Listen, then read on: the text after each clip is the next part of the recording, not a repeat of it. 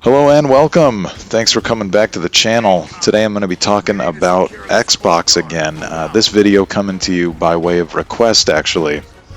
My buddy Paul reached out in our group Discord and said, hey, I liked your other Xbox video from a little while back. Would you mind doing another one and kind of commenting on the current state of Xbox and maybe where you see things going? And I said, yeah, sure, man. So if you didn't see my previous video, back in July, I had done a video kind of commenting on Xbox, and this was around the time that Microsoft announced they were doing like 9,000 layoffs.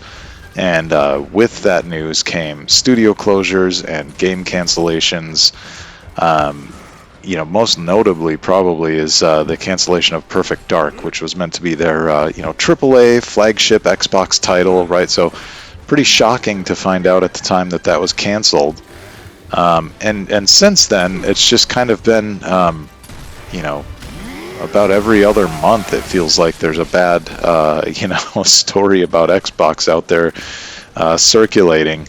And since then they've had the second price hike on consoles this year, within 6 months even, right?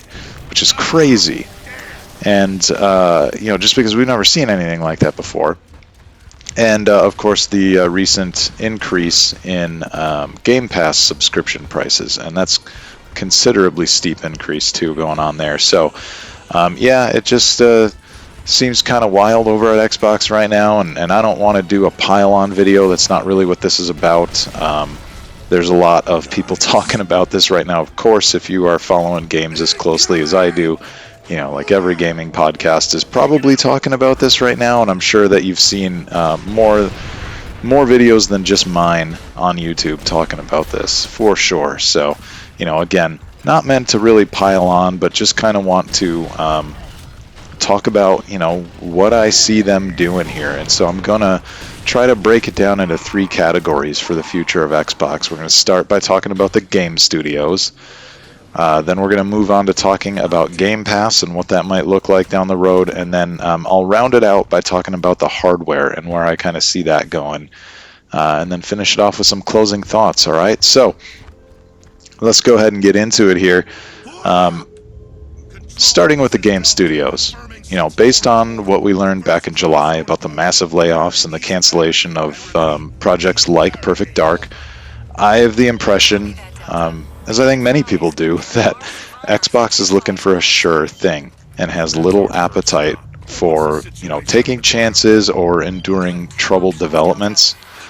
I expect to see them continue to lean on reliable income like Call of Duty, Minecraft. Don't forget they've got a bunch of phone stuff, right? So Candy Crush is, I think Candy Crush is still pretty big, and they own that, and King. So I for sure they're going to continue to lean on that stuff. That's not going away. I think what's a little less clear though is the future of some of those classic IPs that the brand is known for. Right. It sounds like there's still a new Halo in the works, and they'll pull back the curtain on that later this month, and that'll be at the Halo World Championships. But whatever that game looks like, I think it could end up being the last Halo game we see if it's met with the lukewarm reception that Halo Infinite got. Now, I liked Infinite, but it launched without co-op or even split screen, which are 2 things that have long been critical components of that series, right? Like core components of that series, really. Rumor is that the new project is a remake of Combat Evolved, so I think that could potentially be a great place to start over with Halo, especially since it'll be multi-platform. And yes, I think that'll launch on PS5 same day as Xbox and PC. They're going to want that online community as large as possible for a game like that, so I think that's got to be a lock, right? Let's all keep our fingers crossed that this is a fresh start for Halo, because I want it to succeed. I want to see people excited about Halo again. I want to be excited about Halo again. And while I did say that this could be the last one for Halo, keep in mind games can recover. Games can certainly stumble and recover these days. I mean, there's no shortage of examples that I could point to, right? Cyberpunk is a pretty famous one. So there's a possibility that a Halo could come out and maybe, go over kind of okay and then get better and build up some steam. But I think the question there is, do they have the patience to support that and nurture it to see that through? And I just don't know anymore, right? Oddly enough, I think Gears is in a similar place. It seems like Reloaded might have sold all right, but it didn't set the world on fire, I don't think. But I would hope that expectations were tempered for that over at Xbox anyway, just because I think that release was mainly a good way to get the devs familiar with PS5 tools so they can have a PS5 version of E-Day ready for launch. They must have made a little money from PS5 sales, I'm sure. I think I saw actually just earlier today that it was like the number 6 selling game for the month of August, something like that. So not bad, considering it was a pretty bare bones port with no horde or no meaningful multiplayer progression system. And I do think that hurt the excitement around it to some extent. Plus, consider PC and Xbox players who already owned Gears Ultimate from 2015, which this is what that's based on. This is basically a prettier version of that version of the game. So between that and Game Pass, you've got a large chunk of the audience for that port that's basically not spending any money to play it. But again, they had to expect that at Xbox, right? So this really should have been the exercise to help the team stretch their legs onto PS5 for E-Day, and making money should have been like the secondary goal there, I would hope. Now, should E-Day come out next year and underperform, I hate to say it, but I think Gears is done. And it's a bummer because I love this series, and there's really not a lot like it out there. And nobody has ever done Horde mode better than Gears of War has, in my opinion. But I don't think the new direction that Xbox is going in has the patience for games that perform moderately. As a Gears fan, I'll also say, too, that the modern games, meaning 4 and 5, both great games in their own right. But they were both met with some mixed reception from longtime fans. People were upset that the Locust were gone, so you'd see endless requests to bring them back as like multiplayer skins and stuff like that. And then Gears 5 introduced open world elements, which was very unlike the rest of Gears. So again, you had fans talking about how it didn't feel like classic Gears, right? And I think it's really telling, actually, that we're getting E-Day and not Gears 6, because I think they were looking for a way to take the series back along with taking it multi-platform. So, again, really hoping to see that they get it right with E-Day, because I love Gears, and I want others to experience it and enjoy it the way I have for so many years. And I really, really want them to have a killer Horde mode, because, again, I love Gears of War's Horde mode. Nobody has done it better. All right, moving on. I won't say much about Forza Horizon, because that's already a known quantity, and it seems like it's really thriving. So I expect that's going to continue doing so. That said, it's hard to know what's happening with a lot of other projects at Xbox, because they've announced so many games over the years that seem to just never materialize, right? Look at Fable and State of Decay 3. I think those are two examples I would point to, with the vibe being one of stringing gamers along and saying, yes, these are coming, but both of those were announced 5 years ago now, and they have yet to get a solid release date. So, what's canceled? What's still coming, right? Who knows? I have the feeling there's a lot of discussions still taking place at Xbox right now that are putting every game in development under a microscope. All those layoffs from July, those could still very well be impacting the org structure of those studios and impacting all the projects across Xbox. So it's hard to really know unless you're there, and even then, you may have employees themselves uncertain about the future of their own projects.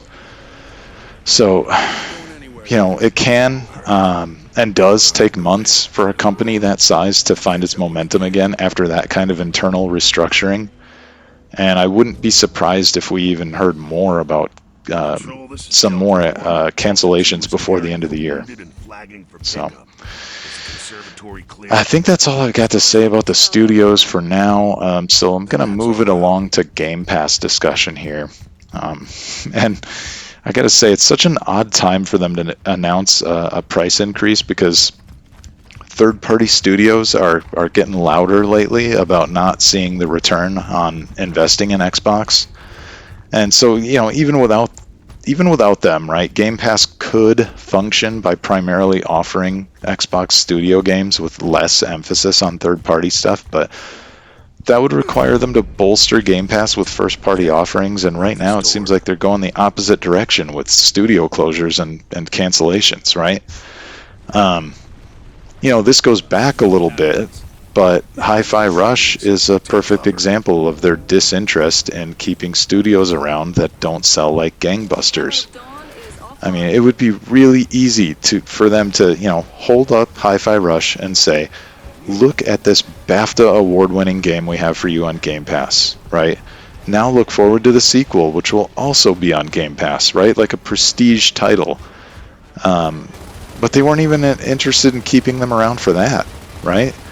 So it seems like now the future of Game Pass is just ticking up the price and relying more on those really big games under their brand.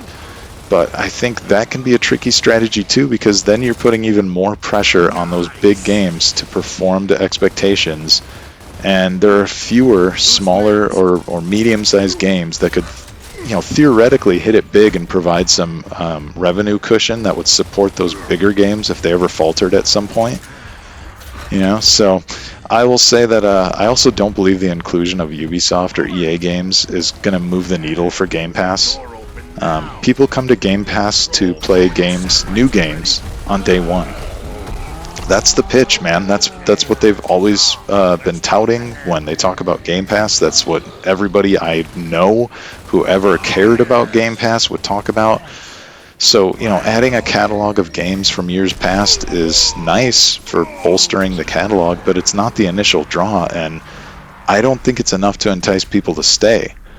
I think a lot of the people who use Game Pass for day one access just aren't going to care about being able to play Assassin's Creed games from 2, 3, or 4 years ago, because they played those when they were new, if they cared about them, right? And no disrespect to Assassin's Creed games, because those are great games. Those are high-quality games. I'm just saying, those are also cheap. Those are on sale all the time, too, right? You could go pick up, an Assassin's Creed game from 3 years ago or something, 2 games back, 3 games back, whatever, for probably $15, maybe less. I mean, if you're gonna throw Steam sales in there too, then holy moly, those games are really cheap there. So, I don't know. It's just puzzling too, because the press release that they put out this week regarding the new tiers. Or was that last week? I think it was actually when they announced the price increase. They put out this press release that had a slide in it, a few slides that showed what the new tiers looked like, and it said Ultimate was going to have access to 70 games on day one each year. And I thought about that for a minute. Man, I don't know where those 70 games are coming from, right? How many Xbox Game Studios games do you think will launch in a year? A dozen? A dozen seems like a lot, but even if they do have a dozen, that still leaves a lot of empty space that to make up that 70 games a year. And I would guess that they'd be filling that with a lot of indie games. Not to shit on indie games. Indie games are great, man. Do not get me wrong. I love indies. I think those are going to end up doing more and more of the industry's heavy lifting in terms of being bold and innovative. But again, the draw for Game Pass is those bigger games that you would get on day one. The idea of getting these games that you would spend $50, $60, sometimes $70 on, you don't have to spend that money because it's on Game Pass and it's coming on day one. So the last thing I'll say too here is I don't think the market has ever been tougher for an expensive service the way that it is right now. You're asking people to pay, well, let's go the cheap end of it. Let's say pay $400 for a console for the Series S, along with $360 a year in a time when the U.S. economy is trending downward.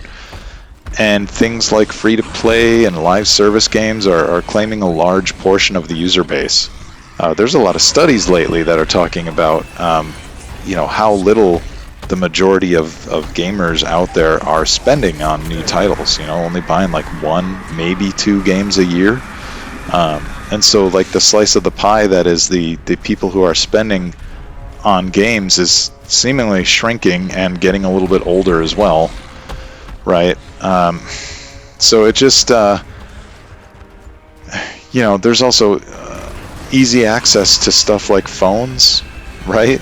And games on phones, and then, social media, you could maybe argue is also a competitor for video games in general.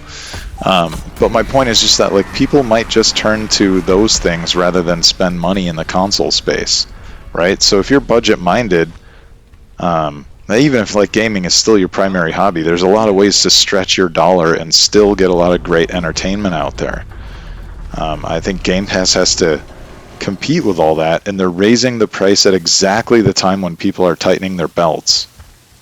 So, yeah, all I can say is I think they're no longer positioning themselves to be accessible to the budget-conscious consumer like they were earlier this generation, and it just doesn't make sense to me.